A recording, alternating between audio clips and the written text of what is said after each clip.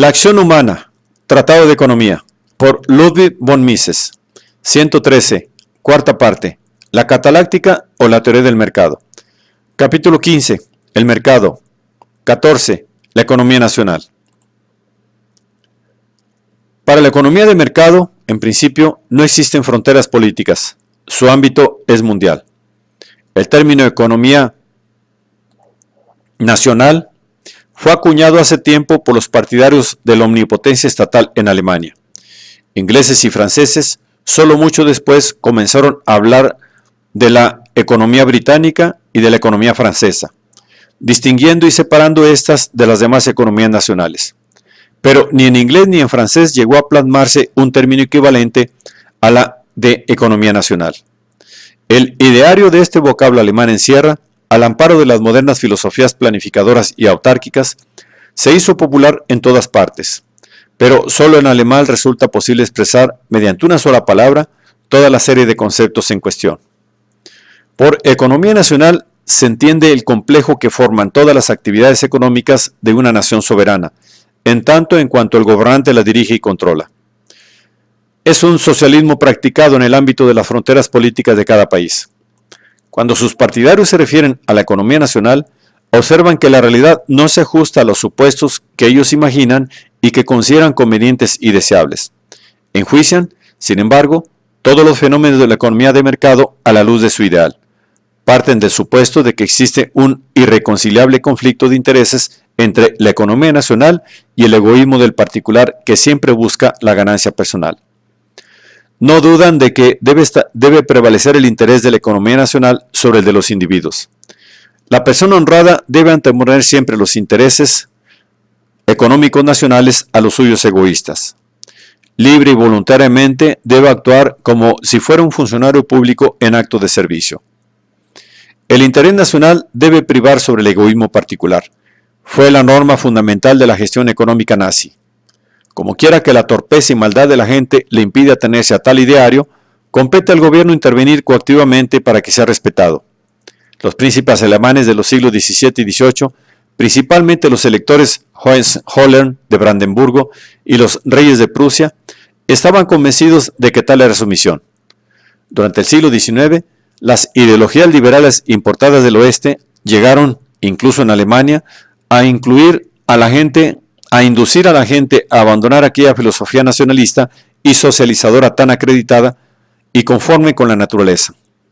Pero la implantación de la política nacional de Bismarck y sus sucesores y últimamente el triunfo del nazismo permitieron felizmente su restauración.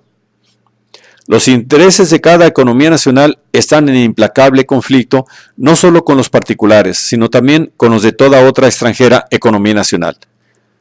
La máxima perfección de una economía nacional es la plena autarquía económica.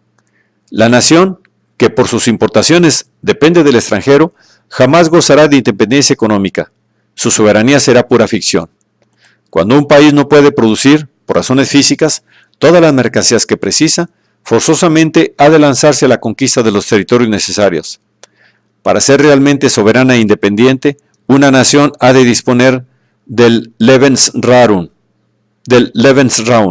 es decir, de un territorio lo suficientemente extenso y rico en recursos naturales para poder subsistir autárquicamente con un nivel de vida no inferior al de cualquier otro país.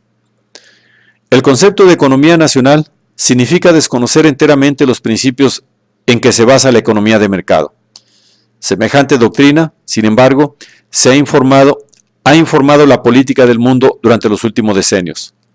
Su realización práctica desencadenó las tremendas guerras de nuestro siglo y con toda probabilidad encenderá en el futuro nuevas conflagraciones aún más pavorosas. Desde el principio de la historia humana, esos dos contrapuestos idearios, el de la economía de mercado y el de la economía nacional, se han combatido. El Estado, es decir, el aparato social de fuerza y coacción, es un imprescindible presupuesto de la cooperación pacífica. La economía de mercado no puede funcionar si no existe una institución policial que mediante el recurso a la violencia o simplemente con la amenaza de emplearla contra los perturbadores del orden, logre salvaguardar el funcionamiento de tan delicado mecanismo. Pero esos imprescindibles funcionarios y sus armados dependientes sienten de continuo la tentación de recurrir al poder de que disfrutan para implantar su propia dictadura totalitaria. Para el rey o el generalísimo, embriagados de ambición, el que algún aspecto de la vida de sus súbditos quede fuera de la regulación estatal es un abierto desafío. Los príncipes, gobernantes y generales jamás fueron liberales de modo libre y espontáneo. Se liberalizan solo cuando los súbditos los obligan a ello. Los problemas referentes al socialismo y al intervencionismo serán abordados más adelante. De momento, solo nos interesa examinar si de algún modo la economía nacional es compatible con la economía de mercado, porque los partidarios de la economía nacional jamás suponen que su doctrina sea un mero programa social para implantarlo mañana, sino que por el contrario aseguran que aún bajo un régimen de economía de mercado, degradado y pervertido fruto de políticas totalmente contrarias a la verdadera naturaleza humana, las diversas economías nacionales son unidades independientes cuyos respectivos intereses están en irreconciliable pugna. Lo que separa y aísla a cada economía nacional de las demás no son meras instituciones políticas, como quisieran hacernos creer los economistas. No son las barreras migratorias y comerciales arbitradas por el intervencionismo estatal, ni tampoco la discriminación legislativa, ni la distinta protección concedida a unos y a otros por los tribunales y los organismos judiciales, lo que hace que se diferencie el comercio interior del exterior.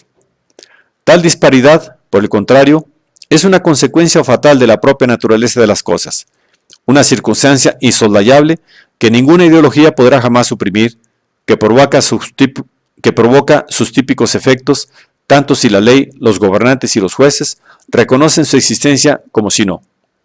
La economía nacional es un fenómeno natural. Por el contrario, la economía mundial, la universal y ecuménica asociación humana, no es más que un pálido fantasma creado por una filosofía errónea que tiende a destruir nuestra civilización. La verdad es que los individuos, al actuar, al proceder ya como productores o como consumidores, como vendedores o como compradores, jamás diferencian el mercado interior del exterior. Los costes del transporte, desde luego, dan lugar a que se advierta diferencia entre el comercio puramente local y el que haya de practicarse con otras plazas. Cuando la interferencia estatal, mediante aranceles, por ejemplo, encarece las transacciones internacionales, el mercado pondera ese hecho idénticamente a como toma en consideración cualquier variación en el coste del transporte. Una tarifa aduanera sobre el caviar tiene la misma importancia que un aumento en el precio del transporte.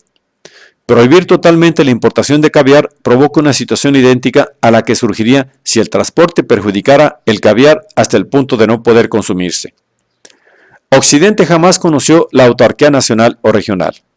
Hubo épocas en las cuales la división del trabajo quedaba circunscrita a la economía familiar. Hubo familias y tribus autárquicas que desconocían el intercambio interpersonal. Sin embargo, tan pronto como este último apareció, desbordó inmediatamente las fronteras políticas.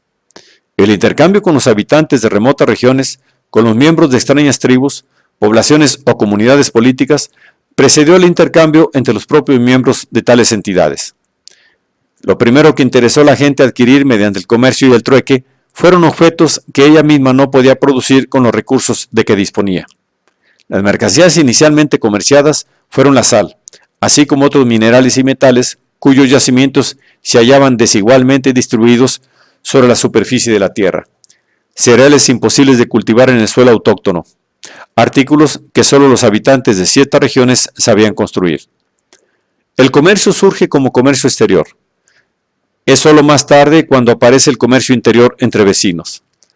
La cerrada autonomía doméstica comenzó a abrirse al intercambio interpersonal para adquirir mercancías provenientes de lejanas regiones.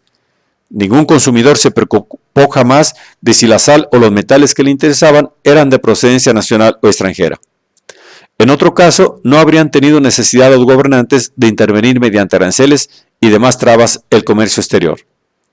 Pero aun cuando el gobernante llegara a imponer insalvables barreras mercantiles que aislaran por completo el mercado nacional del extranjero e instauraran en el país la plena autarquía, no por ello quedaría implantada la economía nacional. Una economía de mercado, aun siendo perfectamente autárquica, no deja, a pesar de todo, de ser economía de mercado. En tal caso, se convierte en un aislado e incomunicado sistema cataláctico.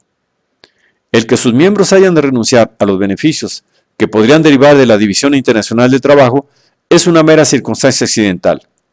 Solo si en esa aislada comunidad se implantara un régimen socialista, la economía de mercado quedaría transformada en una economía nacional.